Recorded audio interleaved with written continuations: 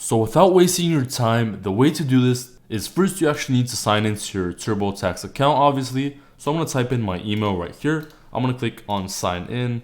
Now type in your password, click on continue. Let's wait for it to load.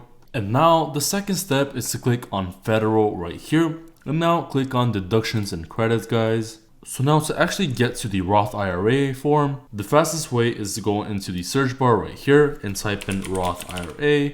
And when you guys scroll down a little bit, you can see retirements and investments right here. Go ahead and click on the drop down button and boom, we can see traditional and Roth IRA contributions.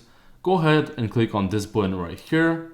And boom, as you guys can see, we can now file for traditional IRA or Roth IRA. Right here, you can go ahead and select for which one you want. I'm going to select for Roth IRA. Click on continue. And now guys, just go ahead and answer all of the questions. And you can now fill in the entire form. Thank you so much for watching, guys, and peace.